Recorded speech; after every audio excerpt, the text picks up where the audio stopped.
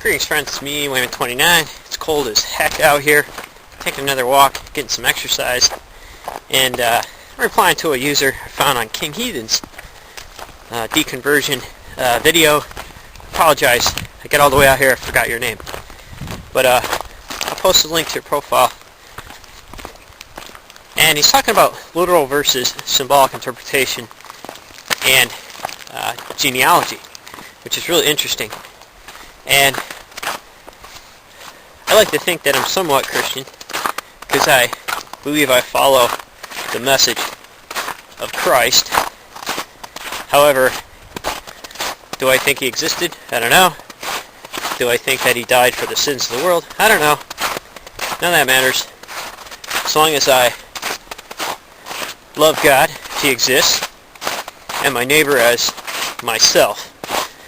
And many times, people can't compartmentalize and think about the text as both symbolic and literal. And also, they haven't studied enough Hebrew literature. They haven't studied anthropology to cross-compare tons of texts and to see the similarities and comparisons. Differences and likenesses, of the text. So, I'm just going to talk a little bit about that, because you brought up some interesting points. It's a shame that you got 249 views. Nobody dropped in a response. So, I'm going to try this. We're just going to take a walk here, so this camera has a lag, so I'm just going to turn it up. You can walk with me here. One of the biggest issues is that people don't know how to read the Jewish Bible.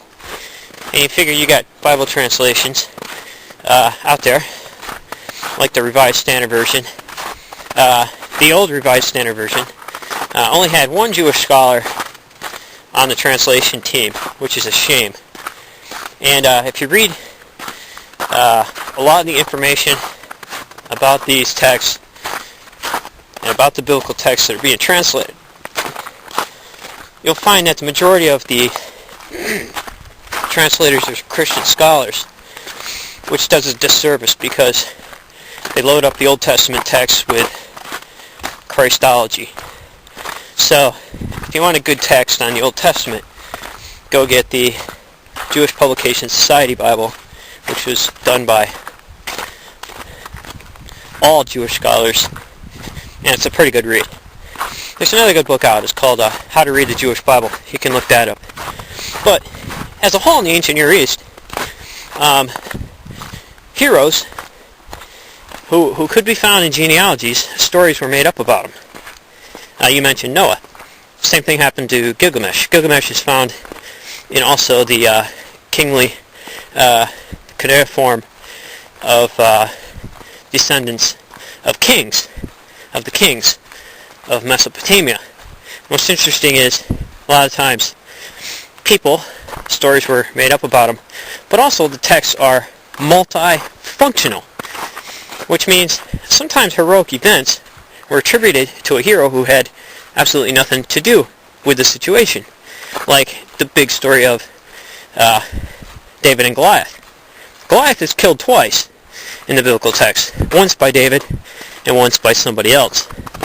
However, we make up the cheesy excuses to reconcile these differences rather than just looking at it from an anthropological point of view.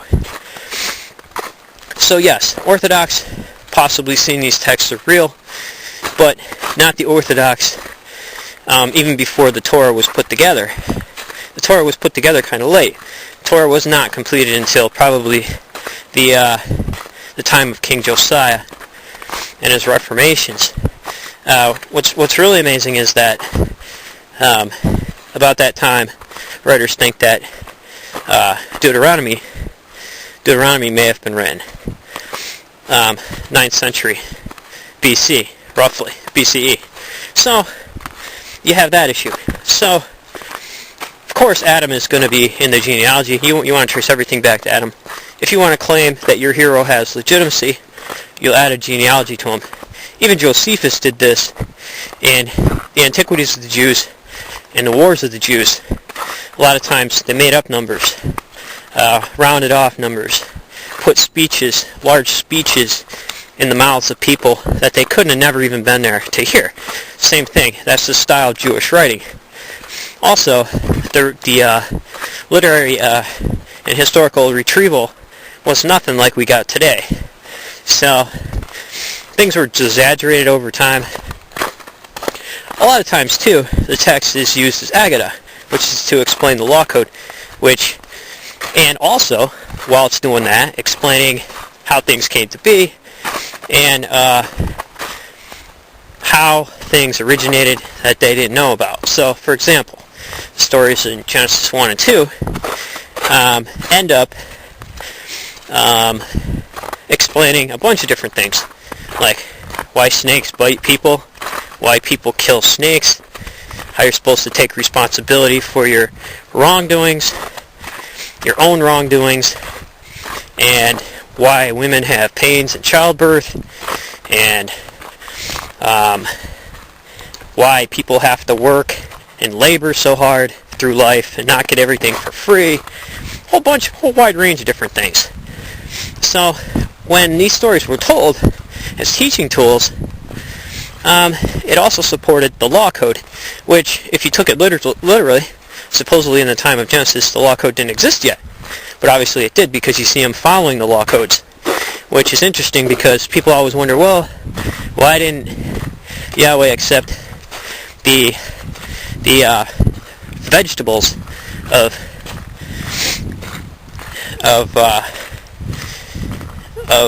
Cain, and instead accepted the animal sacrifice of Abel? Because Yahweh was a God of animal sacrifice, not a God of farming. And a lot of times these stories also, on top of all that, were at times in retaliation to another culture's mythology. Possibly such like the Noah story. It's like one culture saying to their, hey, we had a hero that happened to also, but ours is better. Also, nothing happened to the patriarchs that did not happen to Israel as a nation, which is amazing. So some people think, even though that these names may be historical through ancestral worship and the like, the accounts may be like a historical fiction, or like everything about it isn't exactly true. However, place and events can be found, which doesn't mean it's true. You can write historical fiction as teaching tools and have it impact lives of people as metaphors and mythology, and still have it work. However, when the nation came together, they needed to include all these different viewpoints, and you get Joshua saying, choose you this day whom you will serve. As for me and my house, I will choose Yahweh. So he's saying right there, I don't care what gods you worshipped across the sea. We need to make up our minds. So apparently, if they needed to make up their minds, there were multiple issues arising. So, genealogies also functioned as a overall quick history, because people memorized all the text in their minds. And what's amazing is, when you would look over those storylines, or those genealogies, you would remember a heroic event, or possibly connections that would validate the story you were about to read, or it's a preamble to the story to show the lengthy history, which you get all the way up into the Gospel of Luke in the New Testament. Same kind of format, written in the same kind of way, and it's Jewish literature. You start to get into John, it changes a little bit. Anyways, it's good to look at other texts at the ancient Near East and compare them to the literature of the Old Testament, and you'll see exactly what I'm talking about. The Israelis and the Hebrews weren't exactly the people, were the only people doing such things. It's been done as a cultural identity, and it's not like everybody plagiarized everybody. It's a cultural exchange. They took these story themes and motifs and adapted them to the culture. As Joseph Campbell said, people in Western society, people who are liberally minded, don't take the Bible as literal 100%, can see it as symbolic.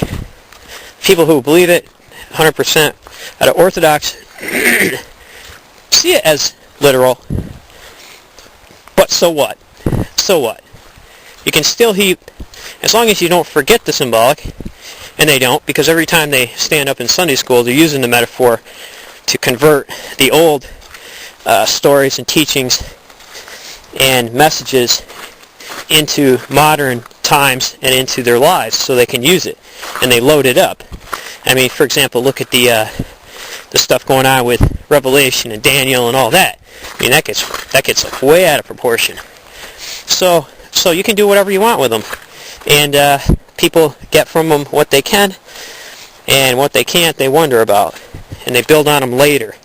So I would suggest checking out George Fraser, The Golden Bough, reading Joseph Campbell, Myths to Live By, and also not only Jewish literature outside the biblical text, but also other literature of the ancient Near East, so you can get a better understanding of where and how this literature developed over time.